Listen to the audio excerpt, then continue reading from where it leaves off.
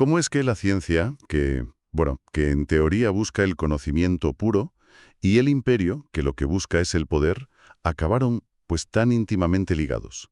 A primera vista parecen casi fuerzas opuestas. Sí, es una paradoja. Hoy vamos a analizar a fondo precisamente eso, la extraña y, la verdad, muy poderosa alianza entre la revolución científica y el imperialismo europeo. Mm. Mm. Las fuentes que manejamos nos van a llevar en un viaje, desde las expediciones del Capitán Cook en el Pacífico Un caso de estudio perfecto. hasta la conquista de los imperios azteca e inca, para intentar desentrañar esta simbiosis que, es que cambió el mundo literalmente. Y es crucial entender una cosa. No estamos hablando de una simple coincidencia histórica, de que ambas cosas ocurrieran más o menos a la vez, para nada. No es casualidad. No. Lo que los textos argumentan es algo mucho más profundo, que la ciencia y el imperio compartían una misma mentalidad, una que era, pues, absolutamente revolucionaria para la época. ¿Y cuál era esa mentalidad? Ambos partían de una admisión de ignorancia, y como consecuencia de eso compartían un deseo insaciable por descubrir y, claro, por dominar lo desconocido. Entiendo. Y hoy veremos cómo esta forma de pensar se manifestó en la práctica, que no solo impulsó conquistas, sino que dio forma a disciplinas científicas enteras. De acuerdo. Pues empecemos a desgranar esto. Y creo que no hay mejor punto de partida que el caso del capitán James Cook. Desde luego. La misión original de su famoso viaje de 1768 parece, en apariencia, puramente científica. Querían medir la distancia exacta de la Tierra al Sol observando el tránsito de Venus. Sí, un proyecto astronómico en toda regla. Y era un esfuerzo colosal para la época, un proyecto científico que era de verdad internacional. Claro, se enviaron expediciones a Siberia, a Norteamérica, a Madagascar. Exacto. Pero la Royal Society de Londres, que era la institución científica más prestigiosa, insistió en que para tener la máxima precisión era vital enviar un astrónomo al Pacífico Sudoccidental. Ahí es donde la cosa se empieza a complicar. Claro, porque la expedición que se organiza no es un simple barco de científicos. Para nada. Además del astrónomo Charles Green, embarcan un equipo de botánicos de primer nivel liderado por el famoso Joseph Banks, varios artistas para documentarlo todo. Mm. Pero al mando de la operación se pone a un experimentado oficial naval, el propio James Cook. Y no viajan en cualquier barco, sino en un buque de la Royal Navy, el HMS Endeavour. Con 85 marinos y marines bien armados y una docena de cañones, eso ya, bueno, no suena solo a ciencia, ¿verdad? No, desde luego. Ahí está la clave de todo. Desde el minuto uno es un proyecto híbrido. La Royal Society pone el objetivo científico y parte de la financiación, sí. Pero la infraestructura es militar. Es que es la Royal Navy la que proporciona todo. El barco, la tripulación, la disciplina, la artillería. Así que la pregunta no es si era una expedición científica o militar, es que era las dos cosas. Exacto. Eran las dos cosas a la vez, y una no podía existir sin la otra. Cada mapa, cada medición de la marea, cada descripción de una planta, era conocimiento científico, sí, pero también era inteligencia militar y económica de un valor, incalculable para el Imperio Británico. Y uno de los mayores éxitos científicos de ese viaje tuvo una aplicación militar inmediata y revolucionaria, la solución al escorbuto. Sí, esto es fascinante. Hay que ponerse en situación. Se estima que entre los siglos XVI y XVIII, unos 2 millones de marineros murieron de esta enfermedad. Era una plaga horrible que podía aniquilar a más de la mitad de la tripulación en un viaje largo. Era una muerte espantosa, los hombres se volvían letárgicos, les sangraban las encías, perdían los dientes, y nadie sabía la causa. Hasta que llega un médico escocés, James Lind. Sí, en 1747 realizó uno de los primeros ensayos clínicos de la historia. Tomó a varios marineros enfermos y a cada grupo le dio un tratamiento distinto. Y demostró de forma concluyente que una dieta con cítricos curaba la enfermedad en cuestión de días. Que hoy sabemos que es por la vitamina C, claro. Pero lo que me parece increíble es que, según las fuentes, la Royal Navy ignoró los hallazgos de Lind durante décadas. Sí, sí.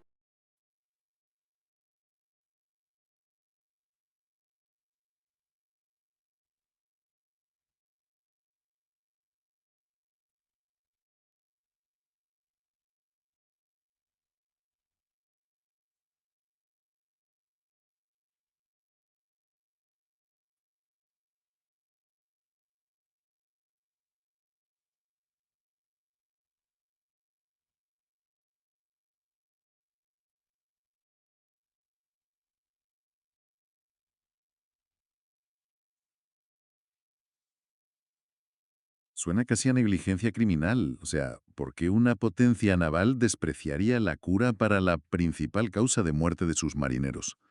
Pues es una mezcla Sí. de inercia burocrática y también de escepticismo. La idea de que algo tan simple como un limón pudiera curar una enfermedad tan terrible parecía poco científica para ellos. No se lo creían. No. Y además, logísticamente era caro y difícil mantener fruta fresca en un barco durante meses. Cook, sin embargo, era un hombre práctico, obsesionado con la salud de su tripulación. Él no ignoró la ciencia. No. Cargó el barco con toneladas de chucrut, que es rico en vitamina C, y se aseguró de que sus hombres comieran frutas y verduras frescas en cada puerto. El resultado fue asombroso. En un viaje de casi 3 años, no perdió ni un solo marinero por escorbuto. Un hito sin precedentes. Totalmente. Un hito médico espectacular. Pero si lo conectamos con la visión de conjunto, el impacto es mucho mayor. De repente, el Imperio Británico podía mantener a sus flotas operativas en cualquier océano del mundo durante años. Claro. Podían bloquear puertos enemigos, transportar tropas. Es una ventaja militar y estratégica brutal. La cura del escorbuto fue tan importante para el dominio británico como sus cañones. Absolutamente. Permitió proyectar el poder naval de una forma que antes era impensable. Pero claro, esta simbiosis entre ciencia y poder tuvo otro resultado mucho menos benigno.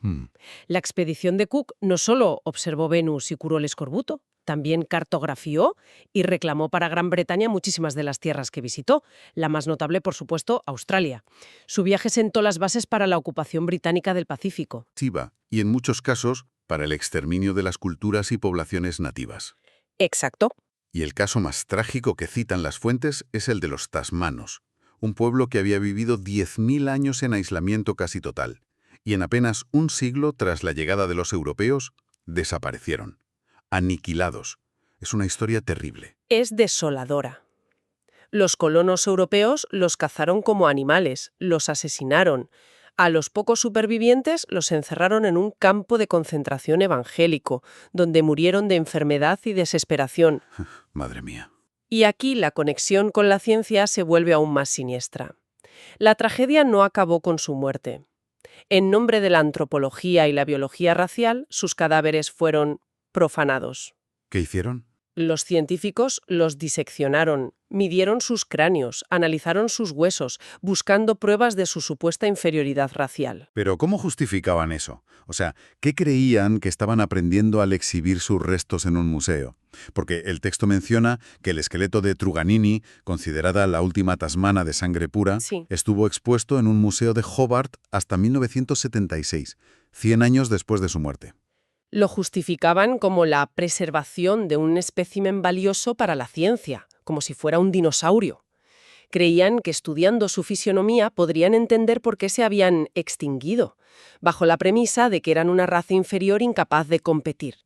Es un ejemplo extremo y brutal de cómo la ciencia se puso al servicio del imperio para justificar sus acciones. Claro, para clasificar a la humanidad en una jerarquía con los europeos en la cima. Eso es. Todo esto me hace pensar en la gran pregunta que plantean las fuentes. Si en 1775 Asia representaba el 80% de la economía mundial, ¿cómo es posible que Europa, ese rincón atrasado del mundo como lo describen, acabara conquistando el planeta? Uno pensaría que la ventaja tecnológica era la clave, pero los textos dicen que no, al menos no antes de 1850. Efectivamente, la brecha tecnológica no era tan grande como solemos imaginar. La diferencia fundamental, argumentan las fuentes, era una cuestión de mentalidad. Una forma de ver el mundo compartida por científicos y conquistadores. Y esa mentalidad se puede resumir, sí, en una frase muy simple. No sé qué hay ahí fuera. Era una admisión de ignorancia. Una idea que hoy nos parece obvia, pero que en su momento fue, pues, radicalmente nueva. Y la mejor forma de visualizar esto es a través de los mapas. Un mapa europeo de 1459, que se menciona en las fuentes, estaba completamente lleno. No había espacios en blanco. Exacto. Las zonas que no conocían, como el sur de África, simplemente las rellenaban con monstruos, reinos míticos. Daba la impresión de un mundo cerrado, ya conocido en su totalidad. No había nada que descubrir. Eso es. Era un reflejo de una mentalidad premoderna donde se asumía que todo el conocimiento importante ya estaba en los textos sagrados y antiguos, pero a partir de los siglos XV y XVI, los cartógrafos europeos empiezan a hacer algo revolucionario. ¿El qué? Dejar grandes espacios en blanco en sus mapas. Dibujan la costa de Europa, la de África, hasta donde la conocen, y el resto es un vacío, una página en blanco. Es que es una idea potentísima. Es como si hoy un mapa de Marte tuviera una zona en blanco que dijera, aquí podría haber algo increíble. Sería una invitación directa a ir. Esa es la revolución psicológica. Claro, esos vacíos en los mapas no eran un fallo, eran una declaración de intenciones, un desafío. Casi gritaban, ven y descúbreme, ven y conquístame. Y esta mentalidad explica perfectamente la diferencia entre Colón y Américo Vespucio. Colón, en el fondo, seguía siendo un hombre medieval. Estaba convencido de que sabía cómo era el mundo. Sí, por eso murió creyendo que había llegado a las Indias Orientales.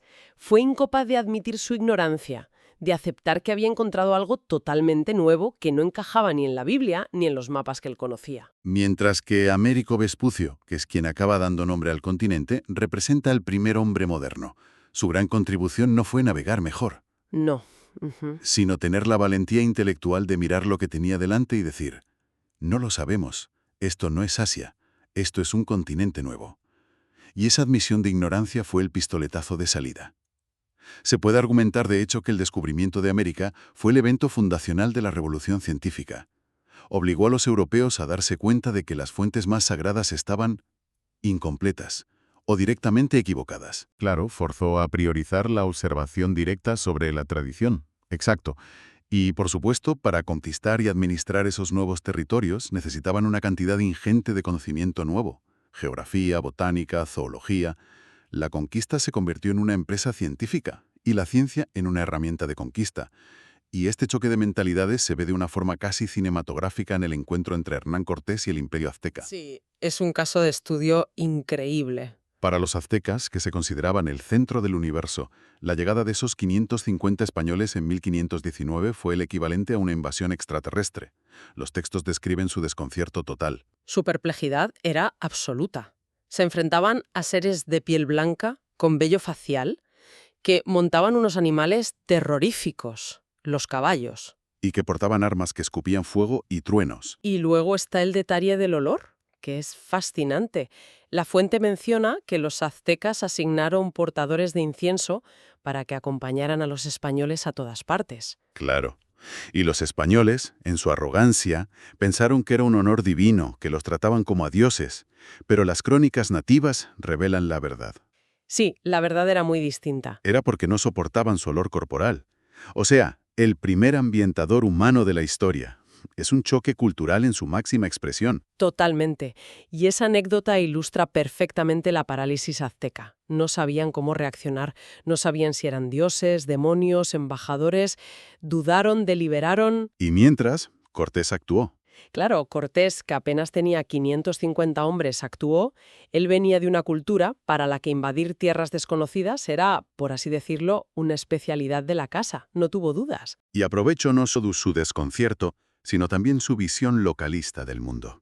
Este es un punto clave en el análisis. Es el punto crucial.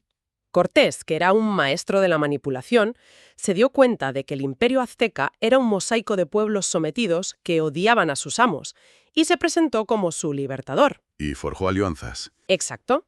Esos pueblos, como los tlaxcaltecas, se unieron a los españoles pensando que se librarían de los aztecas. Cometieron un error de cálculo fatal, porque tenían una perspectiva puramente local. No tenían ni idea de lo que había pasado en el Caribe, del genocidio que los españoles ya habían perpetrado allí. No podían concebir un imperialismo a escala global.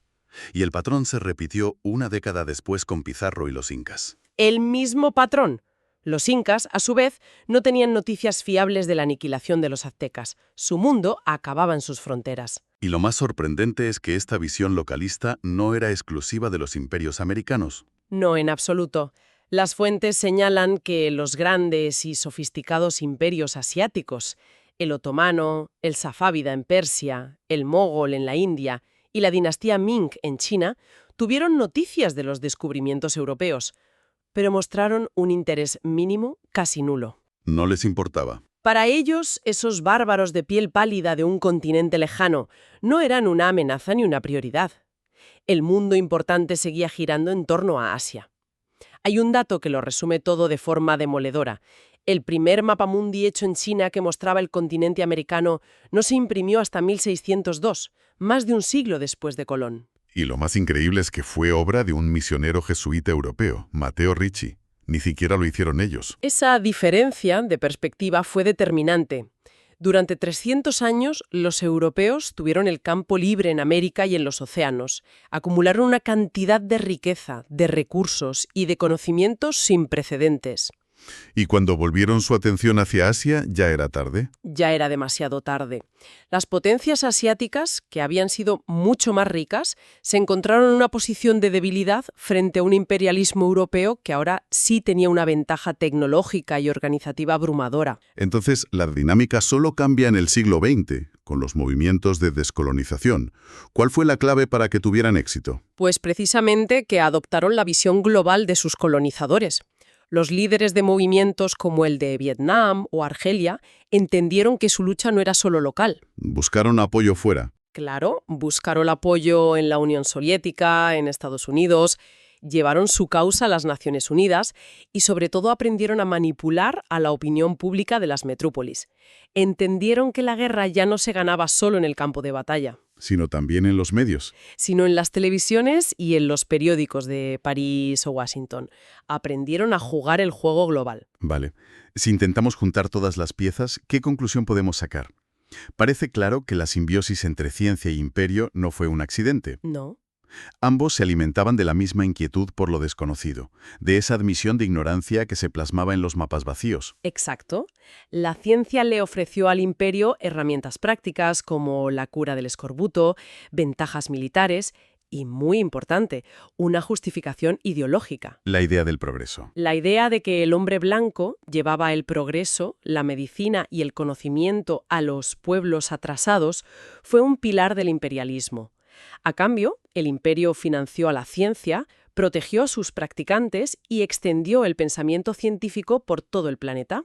El legado es, por tanto, increíblemente complejo.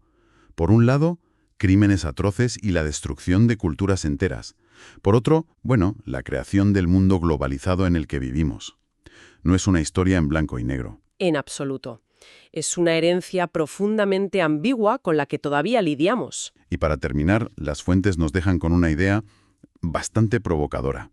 El texto argumenta que, tras el colapso de los imperios, el racismo biológico, esa idea de que hay razas superiores e inferiores... Que la ciencia del siglo XIX ayudó a justificar. Exacto. Esa idea fue ampliamente desacreditada.